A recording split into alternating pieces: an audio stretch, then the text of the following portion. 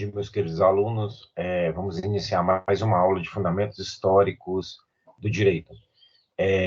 Só informando, então, que a gente já está na unidade 3, essa é a seção 3.3. Unidade 3, Direito Ocidental Moderno, seção 3.3, falaremos, então, dos direitos fundamentais e direitos humanos. Então, a gente vai ver o que é considerado direito fundamental e direitos humanos no nosso direito. Então, só lembrando, quem não quiser aparecer, desligue a câmera, mantenha o seu microfone desligado. Se quiser fazer pergunta, ativa o microfone, depois desliga o microfone. A gente vai estudar, então, o que são direitos humanos, para que servem esses direitos humanos, e, por favor, gente, não tenham na cabeça que, direitos humanos é coisa de bandido, direitos humanos, então, é para quem está à margem da sociedade. O próprio nome, ele já vai informar para a gente que direitos humanos, ele se refere a todo o ser humano. São direitos que vão se preocupar com o mínimo essencial civilizatório para que nós, então, tenhamos garantidas a nossa humanidade. Então, direitos principais, direitos fundamentais, direitos ligados à nossa vida, à nossa liberdade, à nossa própria existência e expressão como ser humano, estão aqui garantidos pelos direitos humanos. Então, a gente vai estudar o que são direitos humanos, para que eles servem. A gente já viu aí uma pequena amostra que eles servem, então, para garantir a nossa expressão, a nossa existência e a nossa a garantia de que nós seremos seres em si e as suas dimensões ou como surgiram. Vamos lá. Conceito. O que é, então, o direito chamado direitos humanos? Direitos humanos é uma forma abreviada de mencionar os direitos fundamentais da pessoa. Então, só lembrando, direitos humanos e fundamentais, eles acabam sendo considerados sinônimos. Direitos humanos, direitos fundamentais, direitos de personalidade, são direitos ligados ao fato de sermos seres humanos. Se somos seres humanos, temos uma quantidade mínima de direitos que devem ser garantidos a todas as pessoas. Então, fundamentais, porque sem eles a pessoa humana não consegue existir ou não é capaz de se desenvolver e de participar plenamente da vida. Então, são direitos ligados à sua própria personalidade, ao fato de você ser quem você é. Então, os direitos humanos, eles te garantem direitos mínimos civilizatórios, para que você se desenvolva enquanto pessoa. Só lembrando, então, que nós vivemos numa democracia. A democracia pressupõe representatividade, que pressupõe limitação de poder. Então, na democracia, a gente não tem uma pessoa que vai decidir tudo em nome de todo mundo, vai colocar aquilo no mundo jurídico e isso está valendo. Então, na democracia, nós temos representantes. Então, nós temos democracias diretas, democracias indiretas. A democracia, então, indireta vai ter representatividade, vai ter representantes. Na democracia, nós temos limitação de poder, principalmente hoje em dia pelas constituições, e isso é que vai fazer o que se chama de Estado democrático de direito, ou um Estado baseado na lei, e esse Estado que é baseado na lei, ele tem a democracia sendo exercida pelo povo. Poder delegado, então, pelo povo não é absoluto, é limitado e subordinado aos direitos e garantias individuais. Então, gente, a importância da Constituição. A Constituição ela é importante porque ela vai organizar, ela vai constituir, ela vai criar o Estado, mas ela vai trazer os direitos que são fundamentais, ela vai trazer aqueles direitos básicos do cidadão, ela vai trazer os direitos fundamentais. Então, esses direitos, justamente, são assunto materialmente de Constituição. Então, são matéria constitucional. Eles não são assuntos que podem faltar em uma Constituição, eles têm que estar presentes em uma Constituição. Então, a Constituição ela vai dar a informação de quais são os direitos fundamentais das pessoas. Então, poder delegado pelo povo não é absoluto, é limitado, subordinado aos direitos e garantias individuais.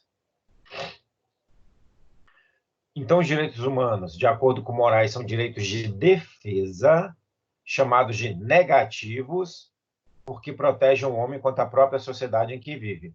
Negativos, no sentido de eu não quero uma atuação estatal. Então, os direitos fundamentais, eles pressupõem a liberdade. Eu quero que o Estado se afaste, que o Estado intervenha na minha vida somente naquilo que é necessário.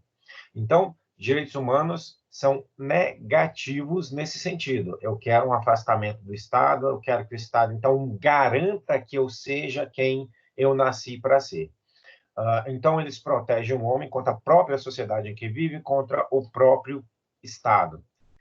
Civilizações buscaram quebrar as amarras causadas pela opressão e pela desigualdade, através de movimentos intelectuais e revolucionários, em busca dessa dignidade da pessoa, considerando a pessoa em si o bem mais valioso da humanidade. Então, o que a gente tem que entender aqui nos direitos fundamentais de direitos humanos? Só pelo fato de sermos pessoas, temos que ter um mínimo de direitos garantidos, porque justamente somos pessoas. Então, somos pessoas, temos um mínimo de direitos garantidos. Temos um mínimo de direitos garantidos para quê? Porque nós temos direito à dignidade. Então, nós temos direito a nos expressar, nós temos direito de ser quem somos. Então, quem o nosso íntimo determina. Obviamente que tudo isso tem limitações, nenhum direito desse é absoluto. Eu não tenho direito de ser um criminoso, eu não tenho direito de ser uma pessoa nociva à sociedade, mas dentro daquilo que a sociedade considera razoável, eu tenho o direito de me expressar. Desde o Egito e Mesopotâmia, a gente já tem uma preocupação aí de direitos mínimos para as pessoas. Então, lá em 3000 a.C., nós já temos mecanismos de proteção individual. Ora o mecanismo é ampliado, ora o mecanismo é reduzido, ora o mecanismo é ampliado, e assim a gente tem esse movimento pendular de ampliação-redução.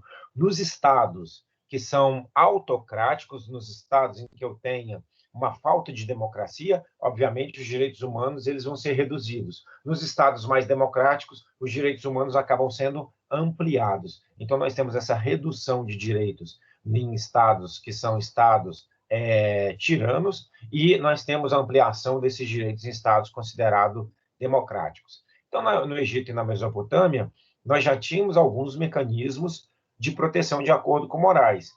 Lá no Código de Hammurabi, olha aqui, tinha proteção à vida, à propriedade, honra, dignidade, família. Então, nós já temos proteções mínimas para os seres humanos. Então, prevendo superioridade das leis em relação aos governantes. Olha que interessante. Lá na Mesopotâmia, eu já tinha um Estado democrático, isso é, lei sobre governante.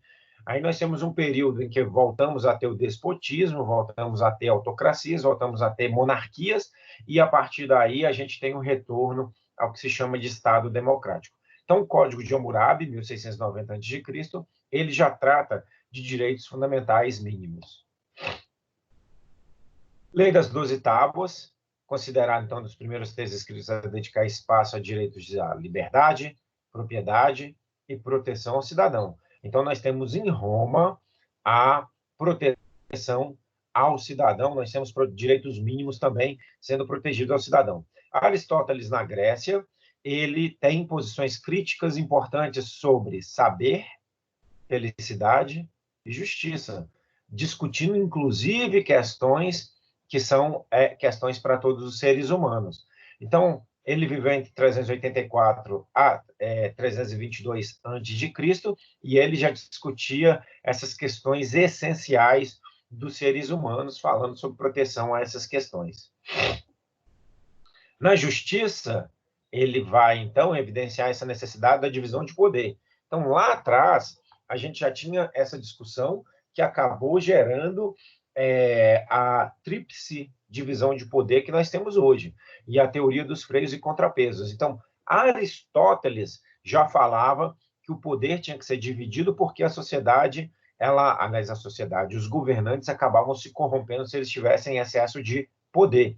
Então, Aristóteles já falava isso, Locke vai discutir essa questão também, mas com Montesquieu, que nós temos a apropriação, discussão e utilização do que se chama de tripartição de poderes, da separação dos poderes, para que um poder, na verdade, o poder é uno e indivisível, na verdade, as funções de poder, uma fiscalize a outra, para que o poder não suba ou não corrompa o administrador. Então, falar dessa tripartição, falar de várias pessoas exercendo funções de poder, gera bases para o chamado Estado democrático de direito, que subordinaria não só a sociedade, mas o próprio Estado às leis. Então, a gente já teve lá em Hammurabi, a gente volta a discutir essa questão nos estados chamados de estados modernos, que acabam adotando as constituições como forma de limitação de poder. Lembrando que a gente tem germes de limitação de poder, a gente viu essa questão lá nos Hebreus, que os hebreus tinham limitação na própria Bíblia, no Estado teocrático, a gente tem limitações lá na Carta de João Sem Terra. Então, nós temos um avanço para que o poder tenha limitações, o poder não seja absoluto, porque o poder absoluto corrompe o administrador. Doutrina dos direitos do homem, então, surge na antiguidade. Existe uma forte discussão no que seria o chamado direito natural. Só lembrando, gente, que essa questão de direito natural, o direito natural, então, fazendo uma espécie de oposição, mas a gente vai ver que não é bem isso, uma espécie de oposição ao direito positivo, é um direito que vem do metafísico. Que metafísico que é esse? Inicialmente, Deus. Deus nos dá direitos mínimos porque somos pessoas, porque somos filhos de Deus, então nós temos que garantir esses direitos mínimos a todas as pessoas. Então, o direito natural, ele acaba trazendo uma série de direitos que são considerados direitos humanos posteriormente, direitos básicos e fundamentais posteriormente, direitos de personalidade. Então, Deus nos dá o direito à vida, Deus nos dá a integridade física, isso não pode ser violado. Com o avanço da discussão do direito natural, percebe-se que, na verdade, não é que eu precise ligar ao metafísico Deus, eu preciso ligar ao mínimo de racionalidade. Então, o direito natural, ele pressupõe um mínimo de racionalidade, esse mínimo de racionalidade, isso é, se todas as pessoas usarem o seu mínimo racional, vão entender que tem uma série de direitos que têm que ser garantidos às pessoas para que elas se realizem como tal. Então, direitos que têm que ser entregues às pessoas, que as pessoas precisam de uma proteção mínima civilizatória, que garanta, então, a civilidade das pessoas. Então, o direito natural, ele traz essa discussão sobre direitos fundamentais. O direito natural acaba sendo apropriado, e aí o legislador ele vai legislar o que era um direito que não precisava estar na lei, acaba sendo colocado, explicitado na lei, e o direito natural, então, ele é positivado, ele se transforma também em direito positivo, o direito que está no Estado em determinado momento. Então, gente, a partir daí nós temos o período da Idade Média. Então, a Idade Média, ela tem certas discussões, mas os direitos humanos, eles são reduzidos um pouco. Então, encontramos importantes documentos jurídicos que limitavam o poder do Estado, como forais, cartas de franquia, registro de direitos de comunidades locais e corporações da Europa.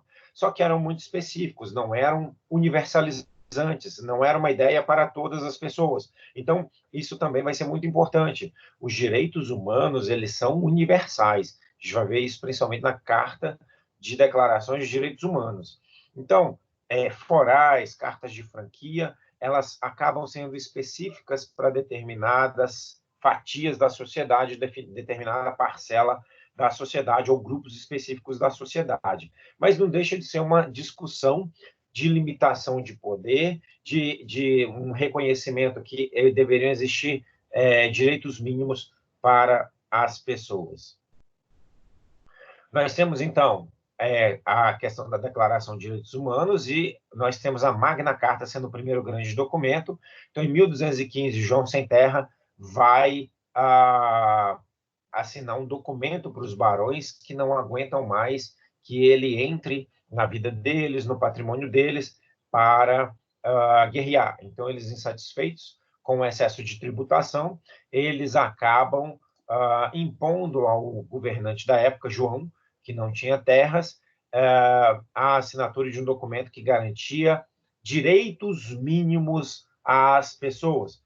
Lembrando que aqui nós temos a questão do crime Então, aqui começa a questão da legislação para que haja crime, a questão da legislação para que haja tributo. Eu começo, então, a limitar esse poder do monarca. Então, 1215, decorrente da Law of the Land, ou Lei da Terra, não é considerado universal. Lógico, gente, não é universal, é para uma parcela específica de pessoas, principalmente os nobres, mas a Magna Carta sempre é utilizada como exemplo de germe do constitucionalismo. Que garantias que nós temos na Magna Carta? E olha a importância dela, gente.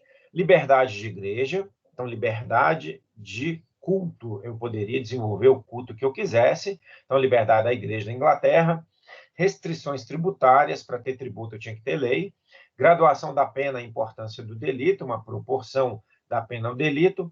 Princípio do due process of law, o devido processo legal. Então, a pessoa, para ser processada, ela tinha que ser processada de acordo com as normas existentes. Eu não poderia criar normas para processar a pessoa, então eu deveria seguir exatamente aquilo que era disposto para o processo da pessoa.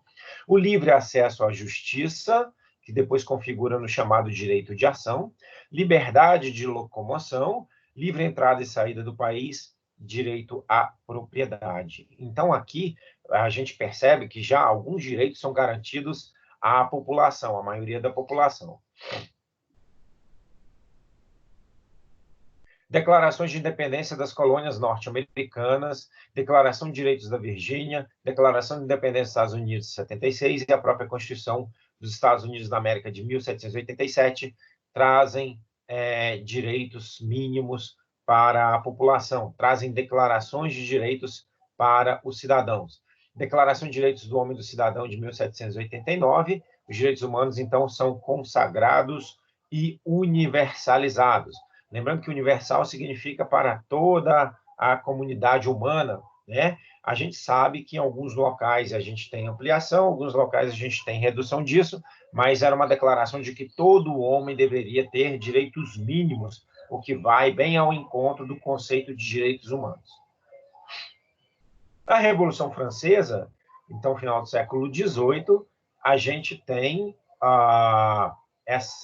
esse desenvolvimento baseado no iluminismo, baseado no liberalismo. A gente tem a construção desse Estado que substitui as monarquias. E a construção desses Estados pressupõe a ideia de que os governantes não têm liberdade absoluta, os governantes devem estar limitados. E essa limitação dos governantes, ela está na lei. É a lei que limita a vontade dos governantes. E a partir daí nós temos a tripartição também, que se eu divido as funções de Estado, possivelmente eu não vou corromper a pessoa que administra determinado local. Então, a França passa a construir toda a política e ideologia que dominaram as democracias dos séculos seguintes, ela acaba influenciando. França e Estados Unidos, com ideias iluministas e liberais, acabam influenciando estados para renovarem, para colocarem abaixo as suas monarquias, para que substituíssem as monarquias por democracias constitucionais.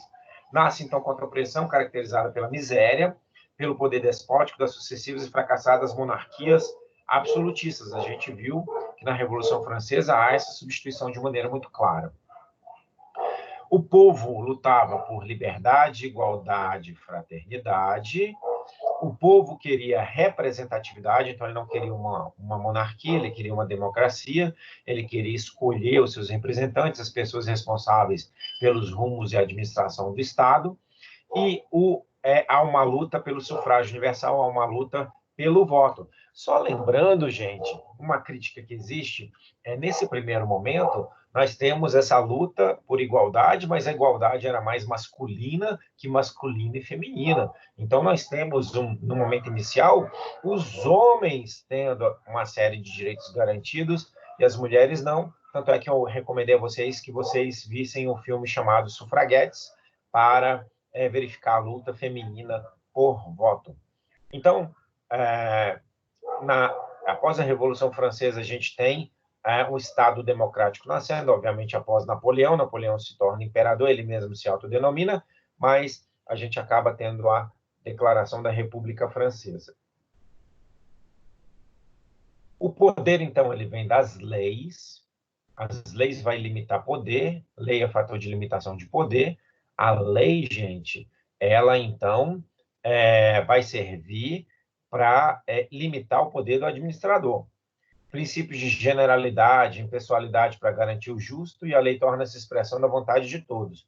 Então, a lei é para todos. A lei não é para pobre e não alcança rico. A lei não é para X e não para Y. Então, eu tenho uma igualdade formal aí garantida pela Revolução Francesa. Nós temos uma liberdade em que todos são iguais perante a lei. A gente vai ver que, nesse primeiro momento, a liberdade é meramente formal, todos são iguais perante a lei. A gente vai ver que isso não é verdade, e depois a gente tem uma segunda dimensão aí, a gente vai ver as dimensões dos direitos humanos que vão deixar isso claro para a gente, mas a lei, nesse momento, ela é geral, isso é uma lei para todas as pessoas se enquadrarem naqueles modelos normativos, naquelas prescrições de comportamento, tem que atuar de acordo com o que o legislativo quer, e nós temos a questão da impessoalidade. Ela é geral, ela é para todos, e eu não vou separar pessoas aqui, pessoas que possam ou não possam estar vinculadas à lei.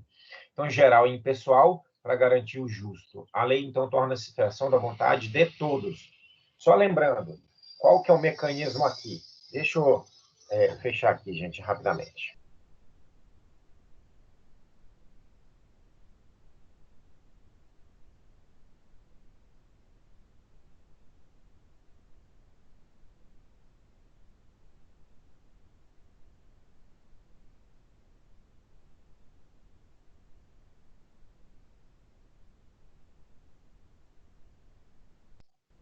Então, as pessoas elegem os seus representantes. A partir da eleição dos seus representantes, esses representantes têm certas competências que estão na lei. Então, a partir disso, elas têm a composição dos legislativos a partir de seus representantes. Esses representantes representam a sociedade. Então, perceba, se é a sociedade que escolhe os representantes que indicam quais são os modelos de comportamento, então é a própria sociedade que determina quais os modelos de comportamento que ela escolhe para reger a sociedade. Então, o próprio direito é uma expressão da vontade social. E aí fica aquele círculo, isso as pessoas elegem representantes, os representantes fazem as leis através dos legislativos, as leis submetem a sociedade elege os representantes que fazem as leis, que submetem a sociedade, e assim por diante. A gente tem esse círculo virtuoso aí do direito. As pessoas, elas têm as leis feitas por pessoas que representam as pessoas que indicam essas pessoas, e a partir daí, então, se entende que as leis são expressões da própria sociedade.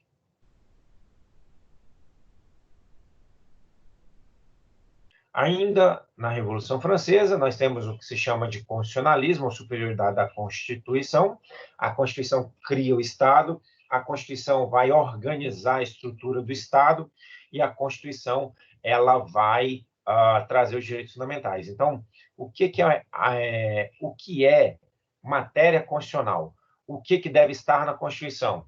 Organização do Estado, direitos fundamentais das pessoas. Então, a superioridade da Constituição como limitadora de poder instituidora de um governo não arbitrário, ela vai acontecer também pós-Revolução Francesa. Só lembrando que com as ideias do Iluminismo, Montesquieu, baseado em Locke, baseado em Aristóteles, vai discutir o sistema de freios e contrapesos. Então, essa tripartição de poderes e essa fiscalização de um poder sobre o outro, e a partir daí a gente tem uma tentativa de não criar mais estados absolutos, estados que não precisavam da lei como sendo fator de limitação.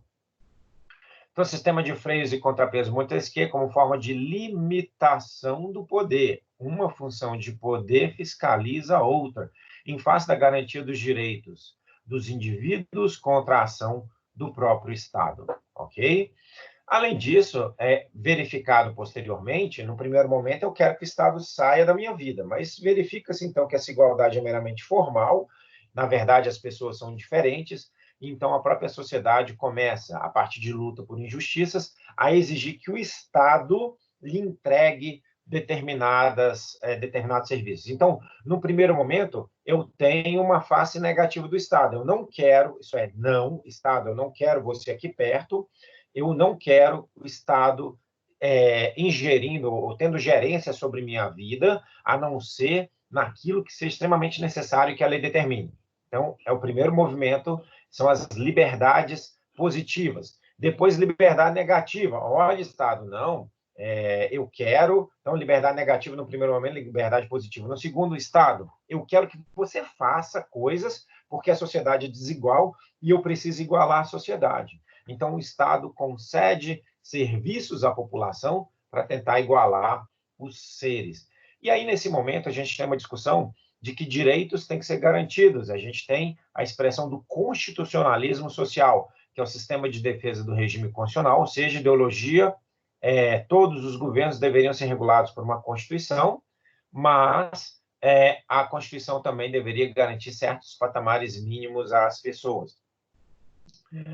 Na Constituição, então, seriam incluídos direitos e garantias relativos à defesa dos direitos do homem e direitos fundamentais. Então, os direitos humanos, eles constam nas Constituições como direitos fundamentais, os direitos humanos, direitos do homem, direitos de personalidade, direitos fundamentais, vão acabar constando nas Constituições. Só nas Constituições? Não. As Constituições são números apertos, isso é, ela é aberta. Eu posso ter vários direitos fundamentais que não estejam na Constituição, mas principalmente nas Constituições, como direitos fundamentais, nós temos direitos humanos ali tratados.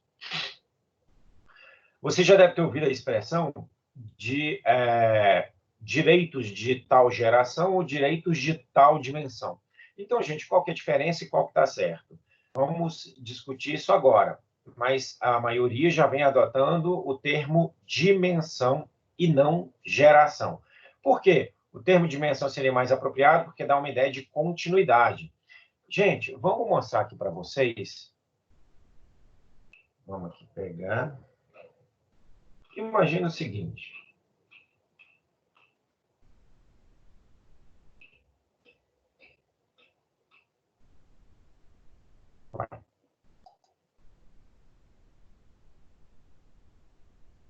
E...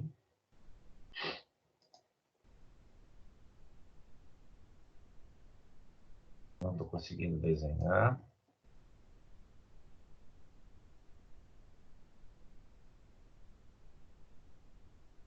Ativada a caneta. Nossa, o que está acontecendo?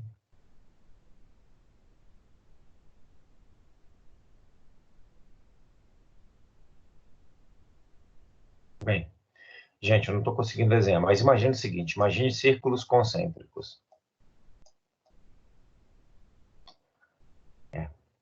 Desisto.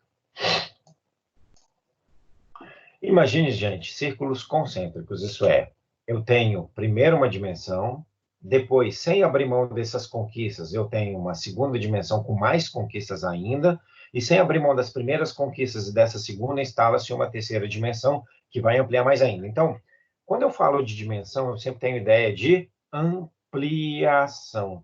Quando eu falo de geração, parece que eu tenho aqui um momento uma luta que foi substituída por uma outra luta, que foi substituída por uma outra luta, que foi substituída por uma outra luta. Então, tem uma ideia de sucessão em que pode-se dar a entender que os direitos iniciais, os direitos discutidos inicialmente, eles deixaram de ter importância, eles saem do mundo jurídico para substituir aquela segunda geração. Então, é por isso que os autores entendem que o termo dimensão, essa ideia de ganho do decorrer do tempo de direitos, é mais recomendada do que a ideia de geração. Então, olha aqui, o termo dimensão, ele dá esse caráter de continuidade. O termo geração dá uma ideia de substituição. Então, geração pode passar a ideia de substituição, não de continuidade, acréscimo. O ideal seria dimensões de direitos humanos. As dimensões, então, se somando ao longo da história da humanidade. Separação em geração e dimensão de direitos humanos decorre da própria evolução humana, filosófica e tecnológica, e a doutrina, então, aceita a divisão em dimensões hoje em dia. Falou-se muito em geração, tá? Não fique com vergonha de falar geração, muitas pessoas falam geração, mas o ideal hoje é tratar de dimensões. Então, grande parte da doutrina aceita essa divisão, por entender a classificação fragmentada, traz facilidades para efeitos de ensino e aprendizagem. Então, nós vamos fragmentar, mas algo que vai evoluindo no decorrer do tempo. correlaciona direitos humanos aos ideais de liberdade, igualdade e fraternidade. Sai Estado, eu não quero você perto de mim, primeira geração. Volta Estado, as pessoas estão abusando muito umas das outras, precisamos que você interfira, precisamos que você conceda à sociedade certos serviços. E, finalmente, a tentativa de igualizar as pessoas a partir de direitos que são garantidos a toda a comunidade. Então, primeira, segunda e terceira dimensões. As dimensões dos direitos humanos levam em conta o momento histórico em que foram institucionalizados, ou seja, positivados em nossa legislação. Só lembrando que, diferente daquele momento de direito natural, em que eu tinha uma norma baseada na razão, uma norma baseada na metafísica, que não necessariamente precisava estar explicitada, hoje a maioria dos direitos humanos está em leis. Então, está positivada, está explicitada em leis. A doutrina que trata, então, da classificação das dimensões reconhece a existência de 4 dimensões de direito. Quais seriam? Direitos humanos de primeira dimensão, também chamados de liberdades públicas, então, relacionados à vida e à liberdade, é um dever de abstenção do Estado. Então, por isso que ele é chamado de negativo. Então, liberdades negativas, porque eu quero que o Estado saia da minha vida. Então, o Estado que sempre se intrometia na minha vida, eu não poderia fazer o que eu quisesse, eu quero que ele saia, eu quero ter liberdade, mas o Estado ele pode intervir na minha vida desde que a lei permita que ele intervenha na minha vida. Então, essa é a chamada primeira dimensão. Sai Estado, eu não aguento mais a sua presença, você então só vai entrar na minha vida quando a lei permitir. Então, primeira dimensão, liberdades negativas. Segunda dimensão, direitos econômicos, socioculturais ou de igualdade. Então, as primeiras, pós-Revolução Francesa, o Estado oprimia tanto o ser humano, ele queria liberdade, ele queria, então, que o Estado se afastasse. O Estado se afastou, não foi bom. Os homens exploraram os homens, principalmente a Revolução Industrial. Então, o que as pessoas pediram? Volta Estado. Então, primeira dimensão continua, porque eu só quero que o Estado interfira na minha vida quando for necessário, mas, além disso, então daí a ideia de dimensão, de ganho, de soma, eu quero que o Estado me conceda determinados serviços. Então, direitos de segunda dimensão, direitos econômicos, sociais e culturais ou de igualdade surgem pós-exploração, pós-revolução industrial, no pré e pós-Primeira Guerra Mundial, que a gente também tem exploração das pessoas, a gente tem coisas bizarras acontecendo, principalmente na Alemanha nazista. Então, aqui na segunda dimensão, eu tenho a liberdade positiva. Então, negativa, eu não quero que o Estado atue. Agora, eu quero que o Estado atue na segunda dimensão. Então, orienta o cidadão a exigir do Estado que intervenha no sentido de garantir a sua proteção. Então, no primeiro momento, sai, não quero ver você aqui, volta, você tem que regular determinadas situações, não tudo, então eu tenho que ir somando as dimensões, e, finalmente, nós vamos para a terceira dimensão, que fala de direito de fraternidade. Então, o Estado deve intervir, surgir a partir de abismos sociais criados pela expansão do capitalismo, do liberalismo, que é criado principalmente em Revolução Industrial. Nós temos, então, na época da Revolução, luta de classes, nós temos questões sociais, nós temos Karl Marx falando sobre essa questão da coisificação do ser humano, ele vai falar, então, da revolução do proletariado, da percepção de classe trabalhadora de sua própria miserável situação em pleno desenvolvimento capitalista, estados mais desenvolvidos como a Europa Ocidental e Estados Unidos vão discutir essas questões. Então, nós temos concentração de riqueza, pessoas ganham dinheiro, mas elas exploram cada vez mais as pessoas. Nós temos relatos, quando a gente estuda a Revolução Industrial, de pessoas trabalhando 18 horas. Então, trabalha 18 horas, dorme um pouquinho, às vezes nem come direito, volta para trabalhar, perde a mão na prensa, beleza, perdeu a mão, o problema é seu, o Estado não tem que fazer nada com você, o Estado não te garante uma previdência, as previdências vão surgir há pouquíssimo tempo na nossa história, então o ser humano virou objeto, o ser humano virou uma engrenagem no sistema, mais ou menos igual aquele filme de Chaplin em tempos modernos, em que aquela pessoa acaba virando uma engrenagem, ela não é mais uma pessoa. Então, acréscimo e concentração de riqueza nas mãos de empresários e burgueses que não estão preocupados mais com a penúria, isso é, com as outras pessoas, que está miserável. Então, a gente vê que interessante. Luta pela saída dos monarcas, porque existe miséria. Oba, os monarcas saíram, agora a nossa vida vai melhorar. Então, eu quero liberdades. Começa a exploração do ser humano pelo ser humano, mas agora não é mais pela monarquia, agora é pela burguesia. Então, exploração de novo, até que se verifique o óbvio. Opa, sendo monarca, sendo uma democracia representativa, nós precisamos do Estado limitando o poder das pessoas, limitando o que essa pessoa pode fazer em matéria de exploração. Isso é óbvio, gente. Eu não posso ter simplesmente uma ilusão de que as pessoas vão se organizar, que as pessoas são boas, que as pessoas elas têm princípios éticos mínimos que elas não vão explorar a si mesmas. Então, se o Estado não está presente e o Estado forte a ponto de suplantar ideias de exploração, infelizmente a gente vai ter uma sociedade cada vez mais aumentando o desnível social existente entre elas. Daí aquela questão de que o liberalismo absoluto, essa questão do Estado abandonar todas as esferas, isso não é certo. Sempre existem pessoas em diferentes patamares e o Estado tem que ir equalizando para tornar a sociedade mais justa. Não tem jeito. Então, ainda na segunda dimensão, a massa de mão de obra desempregada, principalmente mulheres e crianças vivendo em condições subhumanas, gerou reação contra os ricos, favorecendo uma nova revolução, agora com requinte do terrorismo. A gente tem nesse momento sabotagem, a gente tem nesse momento explosão, a gente tem incêndio de fábricas com manifestantes dentro. Então, esse período da revolução industrial e da luta por direitos, da luta por igualdade entre homens e mulheres, da luta pelo sufrágio universal feminino, é um momento muito estranho da nossa vida enquanto sociedade humana. A situação tomou uma ameaça à estabilidade das instituições liberais. E aí, gente, o liberalismo ele se reinventa, o capitalismo ele sempre vai se reinventar. E ele, então, entende que ele tem que começar a dar certos direitos às pessoas, porque senão as pessoas revoltadas vão acabar com aquela harmonia, com aquela situação que existe naquela sociedade. Aquela sociedade não vai virar uma sociedade boa. É mais ou menos o que a gente está vendo hoje, né? Como assim o que a gente está vendo hoje? A gente está vendo alta concentração de renda na mão de determinadas pessoas, principalmente de pessoas que criam aplicativos. Essas pessoas, então, estão concentrando rendas. A gente tem vários bilionários muito cedo. Ontem eu estava ouvindo uma questão de que 50 famílias detêm 90% da riqueza do mundo.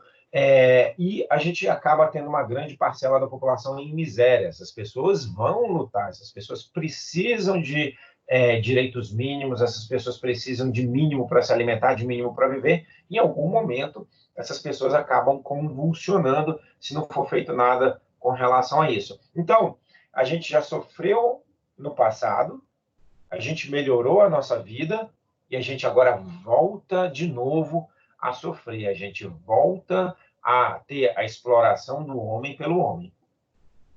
Então, se a situação se torna se tornou ameaça à estabilidade das instituições liberais, claramente a continuidade do processo de desenvolvimento econômico. Trabalhadores, então, buscavam seu lugar na política do Estado através do sonhado direito ao voto e elegibilidade. Então, é só pegar aqui a Constituição Imperial. No Brasil, desde a Constituição Imperial, nós temos a possibilidade de ter representantes. Só que os representantes eram eleitos por pessoas que tinham dinheiro. Então, o tal do voto censitário que a gente tem inicialmente é um voto que leva em consideração não a universalidade de pessoas, mas sim as pessoas que tinham propriedade. Posteriormente, a gente acaba igualizando. Isso é, homens poderiam votar, todos os homens poderiam votar, e finalmente a gente tem uma igualdade, pelo menos, de voto aí entre homens e mulheres. Realmente toda a população acaba votando. Trabalhadores buscavam seu lugar na política do Estado, ok? Então, a gente tem, nesse momento, movimentos sindicais, nesse momento, a gente tem as cooperativas ganhando expressão na Revolução Industrial. Ainda com relação aos patamares de segunda dimensão, porquê dessa segunda dimensão, nós temos partidos desejosos de apoio, principalmente do voto desses novos cidadãos, do proletário, que ainda são miseráveis. Nós temos a Igreja Católica, então, lançando a encíclica Rerum Novarum, ou Coisa Nova, que ela é da lavra do Papa Leão XIII. Ela pede do Estado uma maior intervenção em benefício da dignidade humana. Então, gente, o negócio está tão feio, as pessoas estão tão exploradas, existe um desprezo do ser humano pelo ser humano. Olha, gente, quanta coincidência. Então, nesse momento, a igreja intervém e fala, olha, Estado, você precisa intervir.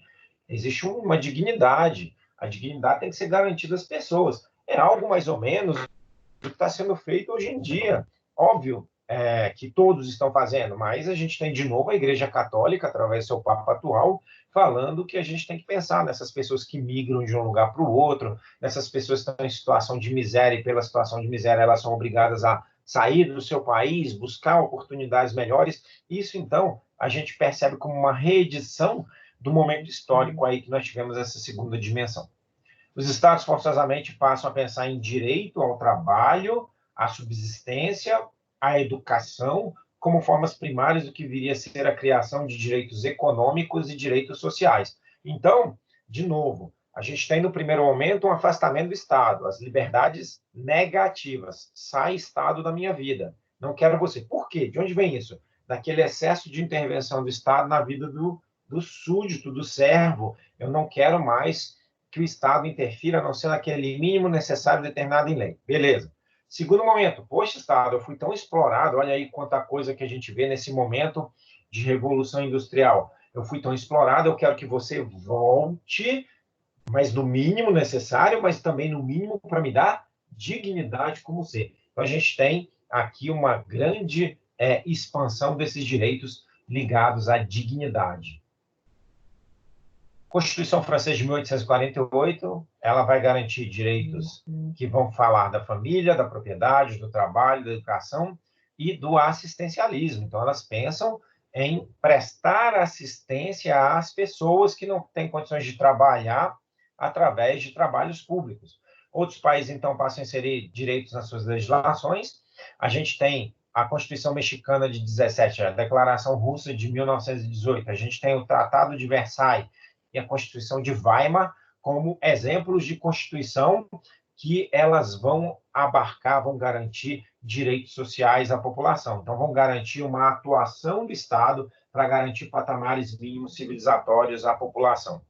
Desse momento também, a Organização Internacional do Trabalho, OIT, que vocês vão ver mais profundamente lá no direito do trabalho.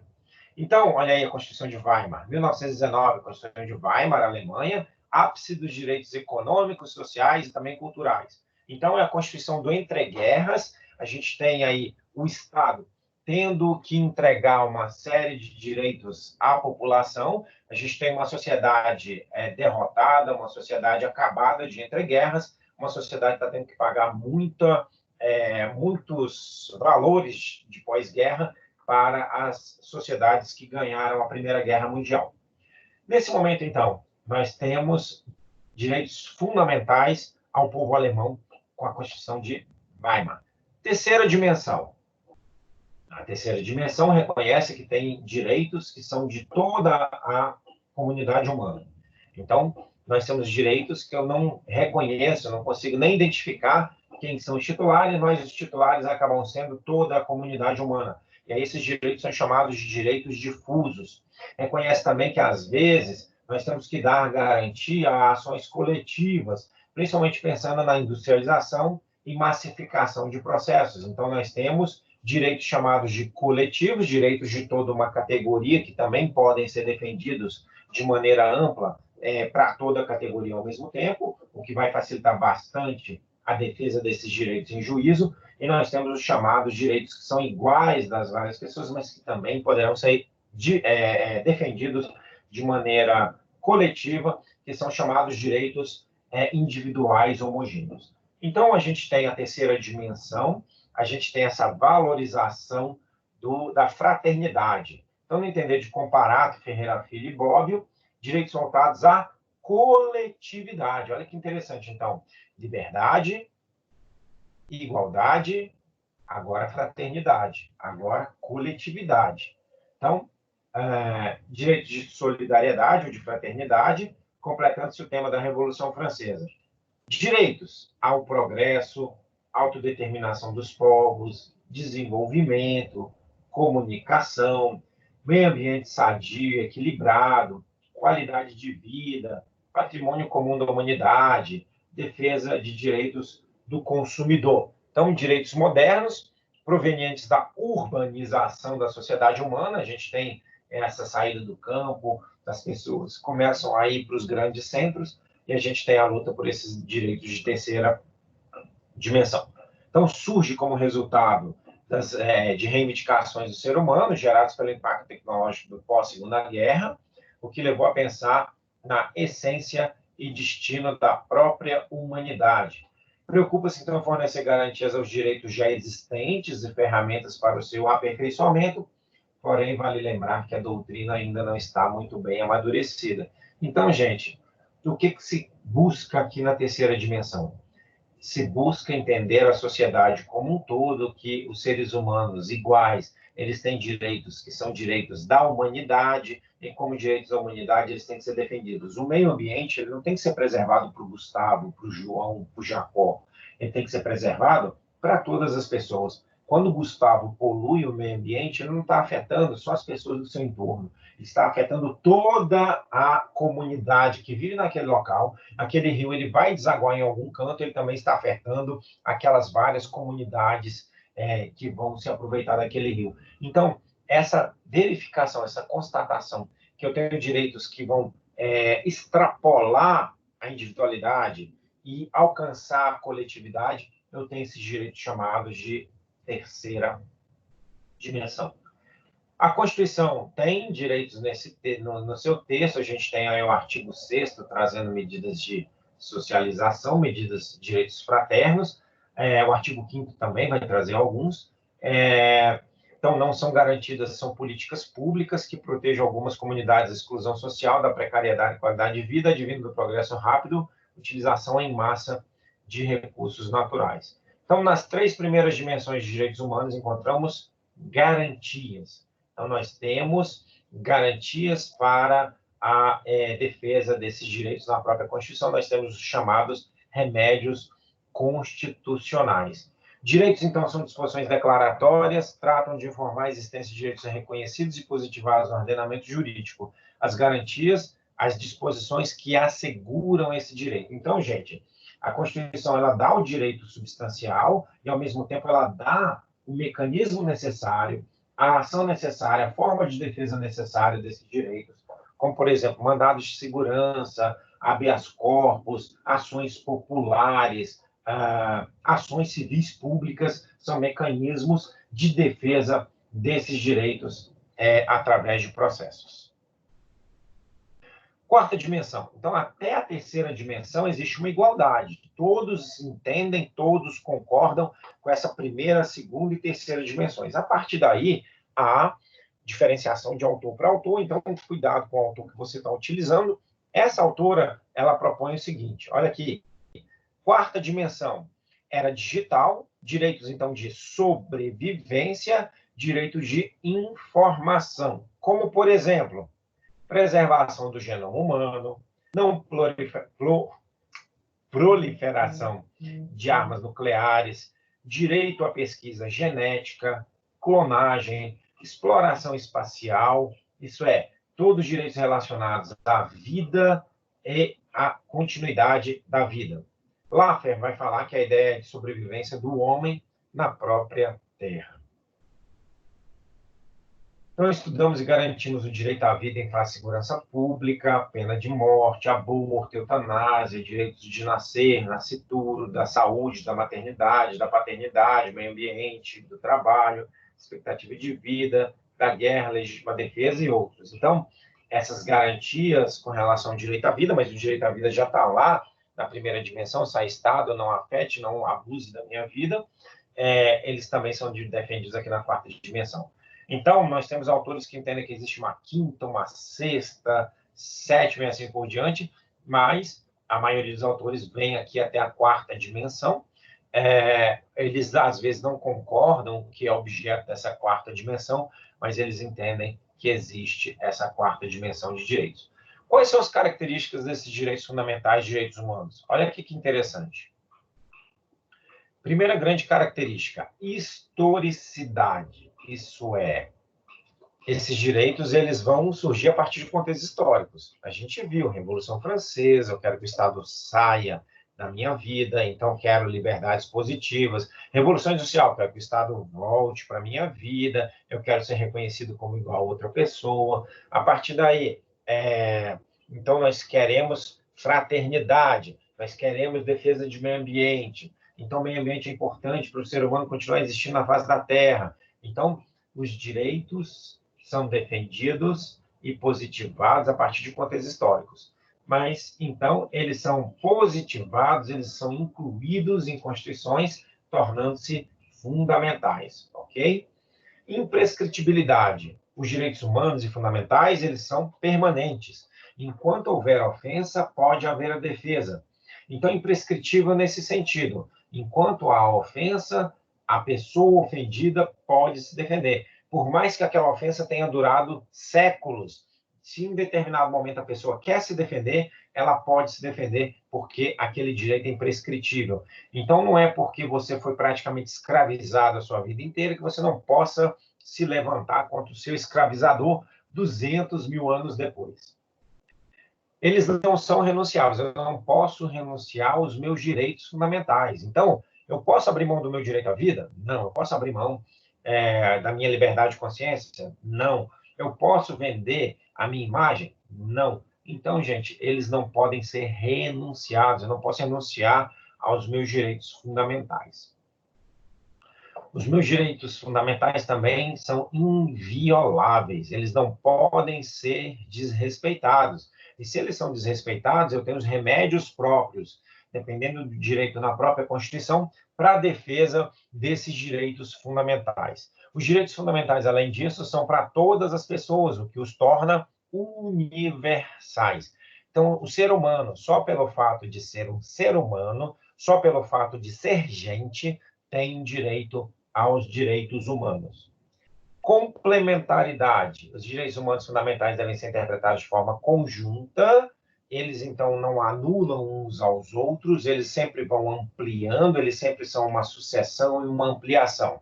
Se houver choque entre direitos, eu tenho que ponderar, eu tenho que harmonizar. Não existe um direito que anule o outro, que retire o outro do mundo jurídico. Não é uma reação ganha-perde, é uma relação de harmonização. Isso é, eu tenho que ponderar qual deve ser o direito que vai prevalecer sobre o outro e qual o direito que vai ser mitigado. Mas os dois continuam existindo.